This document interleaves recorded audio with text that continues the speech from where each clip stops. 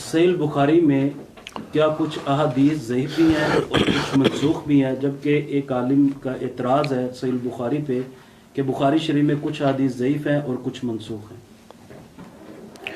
جہاں تک ہے اس سوال کا تعلق جو آپ نے پوچھا ہے صحیح البخاری کے حوالے سے، اس کی بھی دو ہی پہلو۔ سوال کا پہلا حصہ یہ ہے کہ کیا صحیح البخاری میں کوئی حدیث منسوخ ہے یا نہیں۔ تو ایک عام آدمی جب سنے گا کہ بخاری میں حدیث منسوخ ہے تو بڑا حیران سا ہوگا کہ بخاری جب ساری صحیح کی صحیح ہے تو پھر منسوخ کس طرح ہو، اس میں آیا حدیث منسوخ کس طرح ہو سکتی۔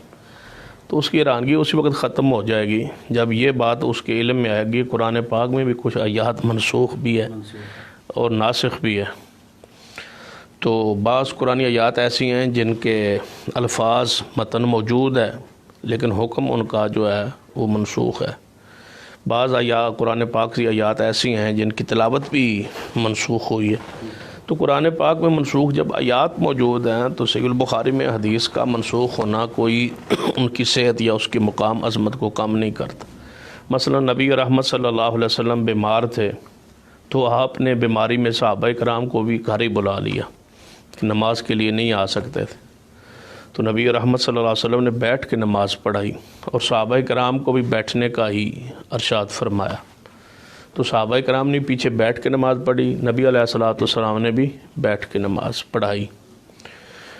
کچھ عرصہ بعد جب نبی علیہ الصلوۃ والسلام آخری بیماری میں، جس میں آپ کی وفات پاک کا تذکرہ موجود ہے، آخری بیماری تھی، آخری تکلیف پریشانی میں آپ بخار میں تھے، اس وقت آپ مسجد نبوی میں تشریف لے آئے تو آپ نے سیدنا ابو بکر صدیق رضی اللہ تعالیٰ عنہ وہ نماز پڑھا رہے تھے، ان کے بائیں طرف آپ تشریف فرما ہوئے بیٹھے، آپ نے بیٹھ کے نماز پڑھائی اور صحابہ کرام نے اور سیدنا صدیق نے پیچھے کھڑے ہو کے نماز پڑھی۔ اب دونوں حدیث موجود ہیں، تو یہ جو آخری عمل ہے یہ روایت ناسخ ہوگی اور پہلا حکم جو ہوگا عمل ہوگا وہ منسوخ ہو جائے گا۔ تو ایسی کئی ایک احادیث موجود ہے۔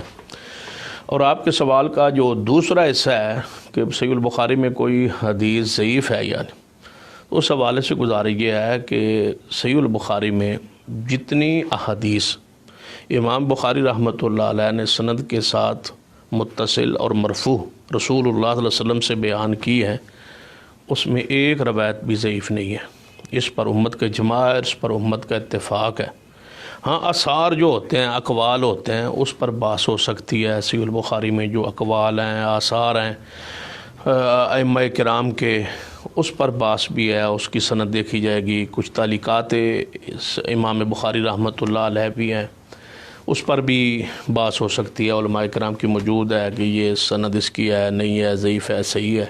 لیکن صحیح البخاری میں جتنی رسول اللہ صلی اللہ علیہ وسلم کی حدیث مرفوعاً بیان ہوئی ہیں وہ ساری کی ساری صحیح ہے۔ شاہ ولی اللہ محدث دہلوی رحمہ اللہ نے اپنی کتاب حجۃ اللہ البالغہ میں یہ وضاحت فرمائی ہے کہ صحیح البخاری اور صحیح مسلم پر اجماع ہے، اتفاق ہے، اور کوئی بدعتی شخص ہی ہے جو اس کی عظمت کا انکار کرے، اس کی ساری روایات رسول اللہ صلی اللہ علیہ وسلم کے سے جتنی منسوب ہیں وہ ساری کی ساری صحیح ہیں۔ کوئی بدعتی آدمی ہوگا جو اس کی مخالفت کرے گا۔ اس طرح مقدمہ ابن صلاح میں وضاحت موجود ہے کہ اگر کوئی شخص اپنی بیوی کے بارے میں یہ بات کہہ دے کہ اگر صحیح البخاری میں کوئی روایت ضعیف ہو تو میری بیوی کو طلاق ہے، تو کیا طلاق واقع ہوگی یا نہیں؟ فرماتے ہیں کہ طلاق واقع نہیں ہوگی، اس لیے کہ صحیح البخاری میں کوئی روایت کوئی حدیث ضعیف ہے ہی نہیں۔ تو لہذا صحیح البخاری کی صحت پر امت کا اجماع ہے، اتفاق ہے، حتیٰ کہ یہاں تو تدلیس بھی جو ہے وہ بھی مضر نہیں ہے۔ صحیح مسلم کا بھی یہی مقام، یہی عظمت، یہی شان ہے کہ تمام کی تمام روایات جو سند کے ساتھ بیان ہوئی ہیں مرفوعاً ساری کی ساری صحیح ہیں۔ اس پر امت کا اتفاق ہے، اجماع ہے، اور منکرین احادیث کی یہ کوشش ہوتی ہے۔ حیرانگی کی بات یہ ہے، اس حوالے سے سوال کرنے والوں کو اور ناظرین سے بھی یہ گزارش کروں گا کہ جتنے بھی منکرین احادیث ہیں ان کی یہ روش ہے، ان کی یہ عادت ہے کہ وہی حدیث امام بخاری رحمۃ اللہ علیہ سے پہلے کتب احادیث میں بھی وہ موجود ہوتی ہیں، لیکن وہ جب بھی زبان کھولتے ہیں تو وہ صحیح البخاری کے خلاف کھولتے ہیں، اس لیے کہ صحیح البخاری وہ جان چکے ہیں کہ جب تک صحیح البخاری کی عزت، عظمت، صحت یہ امت میں موجود ہے اس وقت تک حدیث کے مقام کو نہیں گرایا جا سکتا۔ تو اصل میں حدیث کی